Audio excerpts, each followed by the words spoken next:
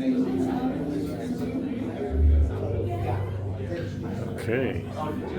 Looks like they got 2 rooms.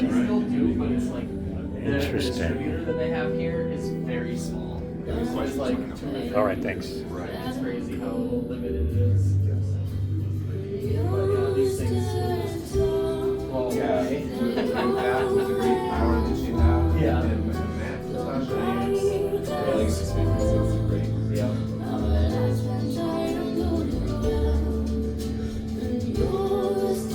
Is that the what you're talking about being able to flip the switch and it powers the whole speaker versus just the bass? Yeah. Is that newer or is that how the XT has always been? So that's how XT's always been. I actually have a really nice photo on the back of the focus. There's a nice, because I have, these are the S's here. This shows it really well because there's 2 switches and we have this little thing here. So full configuration is pressing 2, 3. Volume, internal crossover, pressing 1, 3. Volume, external, pressing 1, 4. Playing the outside. I just didn't know that. That's how, because I thought that To the focus right now, the inside. Inside pair, okay. When they first came out, the very first ones, we had a stock plate, but this is the latest plate that comes with everything. Or any of these new models, or it went away. No, nothing But yeah, super that's new. I mean, when was the last time you saw us? well, I go to all the shows, but I didn't know if anything in the past year has come out. Oh, no, we'll be coming out with something here soon, but Okay. nothing at this show, not yet. Do you have the Jim has this? Are you doing some kind of what is it, like a bipole thing? Are you doing it at the tweeter mid-range? So, yeah, you take advantage of the dipole configuration for the sub and the mid, and then the tweeter there is it's dual AMT. So the one on top is essentially a super tweeter, then that 4-inch there is more of your I average would love to tweeter. see Okay. you guys in like one of the big. But in the other model, the Oh yeah, so the other model you have 2 4-inch splayed ribbons like this, and then in the center there, that's actually a coaxial woofer, so you've got a front firing horn going between the 2 of them. interesting. Yeah, So that's carrying most of the frequency range, and then you basically got these bass drivers. essentially, yeah. Well, is that a passive radio at the bottom? What is that? Why is that one different than the other two? So that's a dual voice coil 12-inch sub. There's an active one in the front and an active one on the bottom, and then in the Interesting. back there's 2 12-inch passive radios. Oh, wow. Yeah. By the time you carve out the for all the drivers, that's got to be strong material. What are you using? We use 1 1/8 MDF for all of our cabinets. 1 1/8? Yep. Okay. Wow.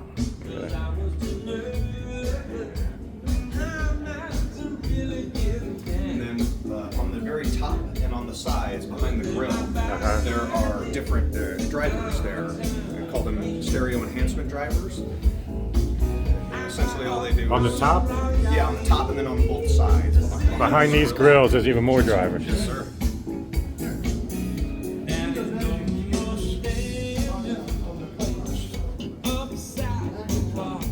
So probably the most different type drivers in one speaker possible.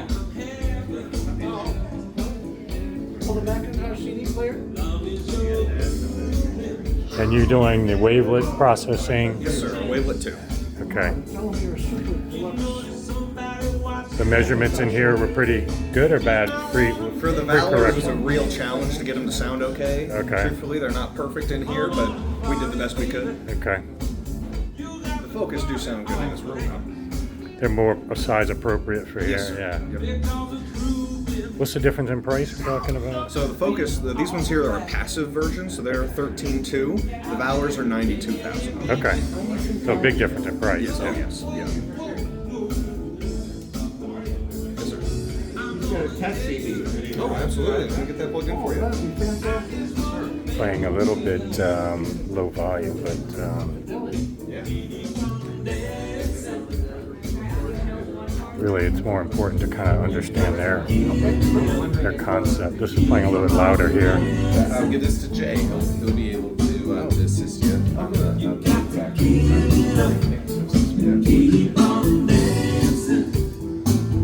So I'm assuming they're going to be playing the active version in here. I think they might be playing the outside version. Let's see. Now that, yeah.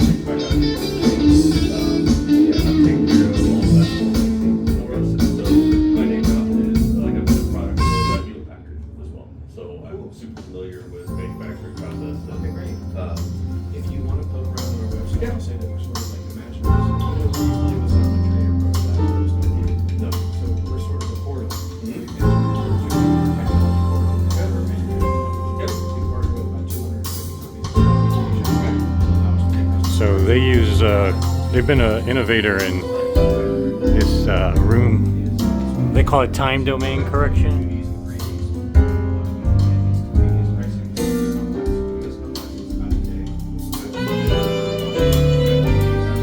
It's really the only thing that when you have that many different drivers of different types in different parts of the cabinet, you really kind of need that to optimize. And then each driver can operate in its ideal frequency range and be coherent in theory.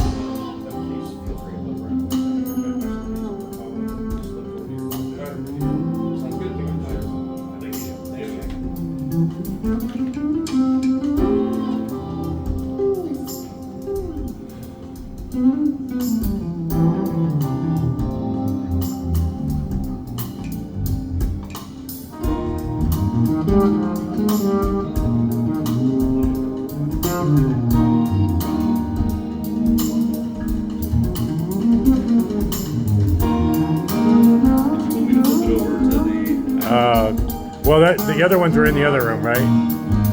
The Focus? Focus in the other room. Yeah. It's okay, yeah. Because I heard that's the same pair that's in the other room, right? It's different. This is the plastic. This is a little brother than the Focus. Oh, okay, okay. 10.17 versus 12. Oh, okay, all right. What's the difference in price between the two? Between 6 And that one, yeah. you're jumping up about $5,000. Really? On it. So they're pretty close.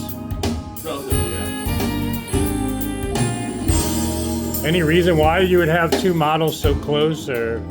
It's just stepping through the functions, Yes. stepping through all the different products and trying to get the different price points. Trying Okay. to have, like, in this and a passive is under $10,000, right? Try to get Oh, it that- is under, yeah. okay. So it's right at that $9,995. Right? Okay, all right. And so to say that, like, right under $10,000. You've got something, yeah, okay, I got So you. I was trying to say there. Gotcha.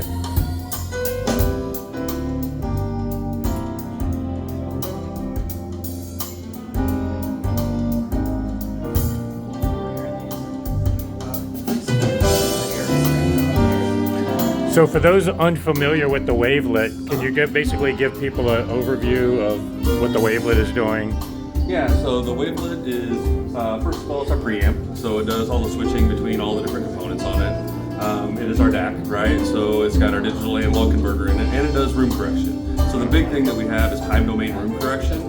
So the first thing you want to do is make sure that you have good speakers, that make sure that they have good directivity on it, so that you're like taking the sound and keeping it off the boundaries, but inevitably you're going to throw it all around the room. You just put sound into the room. So what the time domain correction does is align that, try to take the room out of the sound. Sure. So that you hear first order reflection. And basically align the drivers too, because you have so many different types. Correct. In different parts of the cabinet, it needs a little bit of time alignment, yeah. 100%. Yeah, so I get it. It makes sense. So yeah, if you're going to do a speaker like that with this many drivers, it makes total sense. And you guys have been on the forefront of doing that. So yeah, kudos to you on that. The pair we're listening to now, how much is that?